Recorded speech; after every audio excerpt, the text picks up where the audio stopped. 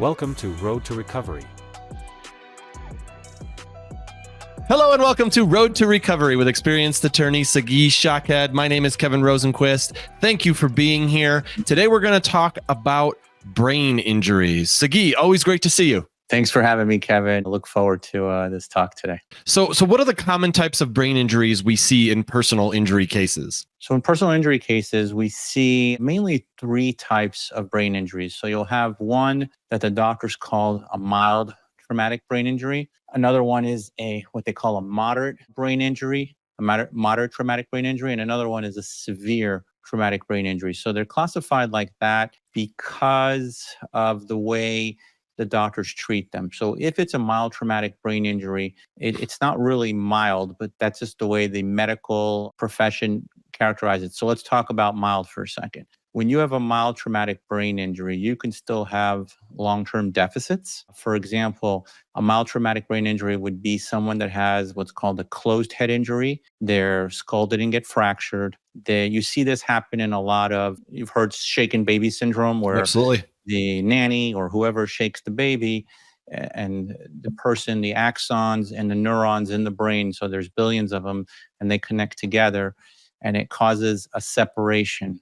And that separation can cause damage in the brain. And depending where the person gets damaged, for example, if they get damaged right here in the frontal lobe, that deals with their emotion, their anxiety, and they could be normal in terms of cognitive, meaning they're smart, but they have emotional issues or anxiety issues. It could affect their processing speed, even with a mild traumatic brain injury, meaning, again, no fractures in the head. So someone could be processing stuff a little bit slower than they normally would be. So you could see it sometimes people who have a hard time expressing themselves, or there's just a little delay.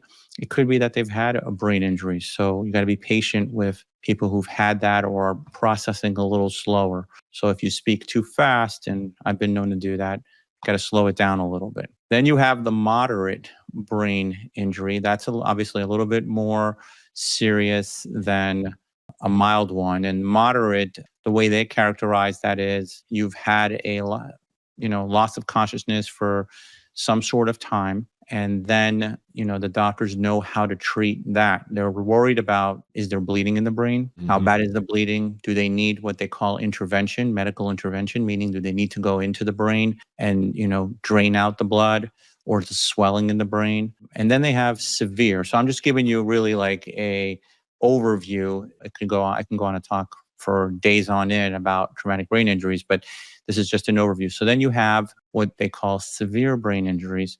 And this is where the person is really non-functional. The person can't take care of themselves. Sometimes they can't talk. Sometimes they can't express themselves. It depends on the injury. And then when you get, like, for example, let's say fire rescue arrives to the scene or someone goes to the hospital, they have what's called the Glasgow Coma scale. And basically, that's a scale that is used right now by medical professionals, the emergency teams that see you. And that would be again, fire rescue personnel or ambulance and the hospital personnel. And that determines the level of consciousness that a person's going through. So a 15 would be normal. 15 is the highest score you can get. And they range them in three different categories. So 15 would be the highest. Anything below 15 up until around 12. So 12 to 15 is considered a mild traumatic brain injury. Below 12, from 9 to 12 is a moderate brain injury. And then a severe brain injury is anything from 9 and below. I mean, if you have on GCS, which is the Glasgow Coma scale, if you have anything below 9, you've got some real major long-term problems moving forward. I'm not a medical doctor, so I'm not going to give anybody medical advice, but that's the reason why we represent people who have suffered brain injuries. It's a specialty that I've come to like and appreciate, and like studying the brain and helping people who've had or are going through traumatic brain injuries and get them the best possible recovery. So hopefully that wasn't too much of an answer, but I tried to give you some sort of an overview. No, I like that as a baseline for what we're going to talk about today. There's another term that I've heard before called acquired brain injuries. Does that fall under traumatic brain injury? Is that totally separate? How does that fit in? So it could work together. So an acquired brain injury is something you're either born with. So some people who are born with, it's a genetic disease potentially, or you were born with it, as opposed to traumatic. So traumatic is sort of like what the word says, trauma-based, whether someone got hit in the head, or you can have someone who is driving and gets rear-ended and their head flies forward in a flexion and then it flies backwards, right? But inside the skull, you have the brain. And if the brain is inside and takes a beating on the front side and takes a beating on the back side, again, you're going to have neurons and axons that are damaged, the connections in the brain. And when you have a disconnect in the brain, that obviously affects, like we spoke about earlier, processing speed or the person's emotions. It could affect your balance. So you have a lot of people that are having balance issues. That could affect your ears, your eyes. There's all types of studies out there and medicine that correlate traumatic brain injuries, again, to eye damage, to ear damage, hearing loss, ringing in the ears, which is known as tinnitus, balance issues. There's an array of different issues that one could have when you have a traumatic brain injury. It could lead to early stage dementia, depression. People who have traumatic brain injuries are 2 to 4 times more likely to commit suicide. That's why you see a lot of our military coming back with these traumatic brain injuries and are not getting the care that they need to athletes too.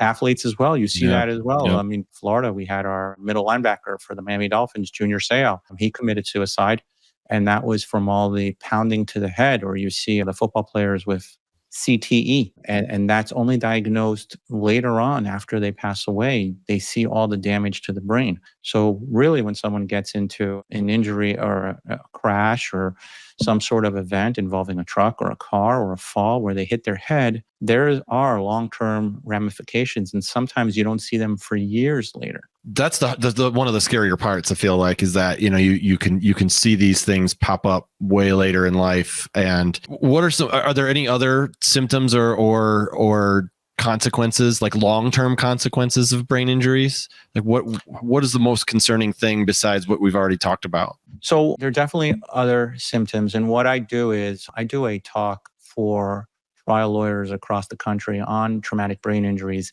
how to recognize them, number one, and then how to go about representing people who are injured and have traumatic brain injuries. Because a traumatic brain injury is not like an orthopedic injury. Sometimes an orthopedic injury, you can see it. For example, someone breaks their arm, you can see it on an x-ray, the arm is broken. A lot of times in a traumatic brain injury, the MRI or the CAT scan may come back normal. So you would have someone who has a normal CAT scan, but can still have issues come up, and they still have issues come up. So they've had people who've had normal CAT scans, and then you see them, they're not the same person. And we have a client right now where she's a pedestrian, gets hit by a car, by the actual mirror of the car, and she gets hit. The defense is claiming that her brain injury resolved. But if you start talking to her teachers and you talk to her mom would tell you, yes, she looks like the girl, aside from the bruising that she had on her face and that went away, but she looks like my girl, but that's a different human being. On that day, that was not the same girl. This girl that's today is a totally different human being. So there are different things that you should be looking for if you're an attorney or if you are a person who's suffering or a family member who has someone suffering from a traumatic brain injury and you don't know it. So number one, if the person is confused or dizzy at the scene, or even days later, they're throwing up or confused or dizzy, that's an indication that someone suffered a traumatic brain injury. More obvious would be if someone lost consciousness. That's a sign of injury to the brain. Remember, there was a disconnect between the axons and the neurons where a connection went off and the person went to sleep. So if that happens, that's a very obvious sign of a brain injury that needs to be looked at. So if someone is mumbling their words, that's a sign of a brain injury. They're confused. Again, I would say that if anyone's going through that, immediately go to the ER or emergency room or urgent care or doctor ASAP. Do not wait, and make sure you complain of your symptoms. They need to know what your problems are in order to help you. Now, some of the ramifications of a brain injury, we talked about them earlier, some of them, you can have cardiovascular issues with your heart as a result of a traumatic brain injury. And this isn't just me saying it. There's literature out there that says every one of these things that I'm telling you there's literature out there. So issues with your heart, a person can get seizures. So a lot of times if you're an attorney or if you're an individual that's been injured or have a family member, you'll notice you'll go to the hospital and they'll give you anti-seizure medication. Some of them are called Keppra because they don't want the person to fall into a seizure. So they give them the anti-seizure medication because when the brain's been impacted, that's another thing that could happen. You can become epileptic. You can have behavioral issues, which we see a lot of times in adults where, again, you would be a normal person or normal to the way you were before, and suddenly you're acting completely different, which is not normal for that person. So, and we like to do that with before and after witnesses. So there's different ramifications, and I've listed some of them, but there are more. How do the severity levels of brain injuries affect recovery and compensation? So it's like the old adage, the more injured the person is, the more money they're going to get. But even with a mild traumatic brain injury, that could really be life altering. So for example, you can have a mild traumatic brain injury. And again, I hate the adjectives, but someone with a mild traumatic brain injury or it makes it sound like it's not serious. Is that kind of why? Yeah. No, I see what you're saying. Yeah. And the insurance companies love it. They keep calling it mild, mild, mild, but it's only mild to them. It's not mild to the person experiencing it. Yeah. So you can have what they call MTBI or a mild traumatic brain injury, and you're having dizziness, vertigo, and it could be because you have ringing in your ears, or you're having dizzy spells, and now you're having balance issues. It could be your ears got impacted, and that's causing you, and people don't know why they're having balance issues. That's why you have to see a specialist, someone who focuses on traumatic brain injuries, not just your PCP, because your PCP is a generalist. And I'm not trying to knock PCPs, but there's a reason we have specialists. We have neurologists who specialize in the brain, and they're the ones you really should be seeing. So that's one of the many doctors that I would say if you have a traumatic brain injury, you need to go see. Neurologist would be number one, and that's sort of the captain of the ship who's going to start directing where the patient needs to go. You mentioned that people should seek immediate medical attention if they're having any of these symptoms that you're talking about. Why is that crucial for a brain injury? So number one, and the most important reason I would say is for your health. I've had clients who have had brain injuries. One sad case where they didn't go to the hospital right away. It turns out they had a brain bleed and they didn't make it. So always go and get checked. If you've lost consciousness or you're confused a day or two after the scene, after the crash or event, you're mumbling your words, you're dizzy, go get checked out. The last thing you want to do is have a brain bleed and something worse can happen to you or swelling in the brain. So number one, go to the ER, get those scans, get checked out, make sure that you don't have a brain bleed. And then what they'll do is if you don't have a brain bleed, meaning on a CT scan or a CAT scan, right? And they'll basically tell you need to follow up with a neurologist. And then you find yourself a neurologist who specializes in traumatic brain injuries, because just like not all cars are the same, not all neurologists are the same. You want to get the best of the best, someone who really knows what they're doing when it comes to TBI, which is traumatic brain injuries. So immediately go to the scene, super important for your health. It's also good for your case, but more importantly, worry about your health first, which is make sure that nothing more sinister is going on in the brain. Yeah, I used to play hockey, so I've had my bell rung, if you will. I don't believe I've ever had an official concussion, but I think it's really easy to just be like, I just got to shake the cobwebs. I got my bell rung, whatever. I'm tough. I don't need to go. And yeah, I've heard stories where with the brain bleeding, where people like 2 days later, it's either real bad or they have to be like go to the emergency room. They call an ambulance because they didn't realize how bad it was. Yeah, and you see it. I mean, recently, for anyone who's watching football, especially, I'm a Miami Dolphins fan, you can see it with Tua, yeah. Quarterback. Yeah, he went in and has his third concussion, and they're telling him you can't play for 5 weeks. And potentially people are telling him your career's over because it's too risky for you. He should retire, in my opinion. Just my opinion. I am not a medical doctor either, but I think he should retire. Either, and I feel bad for the guy because I know he's 26. He wants to play football. Yeah, that's all he's ever known. It's a violent sport. You're going to get concussions in that game, but he wants to play, and it looks like he's going to play. So we'll see what happens. But that actually puts it out there in the news between veterans getting, traumatic brain injuries and PTSD, and football players and other sports and hockey as well.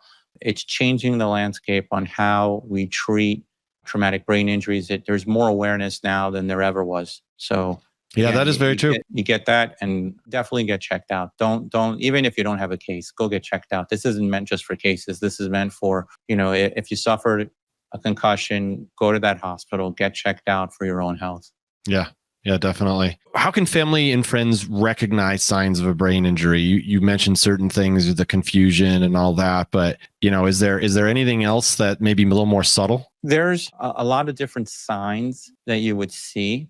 Okay, so we'll first start off with, again, like we spoke about before, the loss of consciousness. That's the easiest. Sometimes people will say, like you said, you shook off your hockey hits when you played hockey. If you've passed out, you lost even for a brief second, go get checked out. Confused, dizziness, mumbling your words, I'm not sure where you're at. Those are signs that should right away say to the person, I need to get checked out. I want to make sure I'm okay. There's a Liam Neeson. He's a famous actor. You ever heard of him? Liam Neeson? Yeah. So his wife was skiing down the Canadian slopes, and as she's skiing down the Canadian slopes, she hits a tree, I believe, doesn't pass out, right? She thinks she's normal. The people who were skiing with her, the fire rescue shows up, they take her back to her room. They think she's okay. A couple hours later, she ends up going to the emergency room and ended up dying with a brain bleed. But she was talking afterwards. She was a little confused, but didn't want to go to the ER. Yeah. And so that's a very famous person who, suffered a concussion, thought they were okay, but they weren't okay, and ended up dying from a brain bleed. So if that doesn't scare you to go to the ER, I don't know what will. So don't take these things for granted. These are serious injuries that do have lifelong impact and consequences. Gosh, even like just right afterwards, seems at least somewhat normal. I mean, obviously you're going to have a little bit of like, whoa, my gosh, I just hit my head, but oh my God, that's a tragic story. I did not know that. Was that recent? Probably 10 years ago. 10 years ago? Wow. Yeah. Oh man, that's horrible. Horrible. Yeah. Well, this is all great stuff. Great advice. Hope anybody listening has gotten some good information out of this. The one thing I think that the top thing is just go get checked out, right?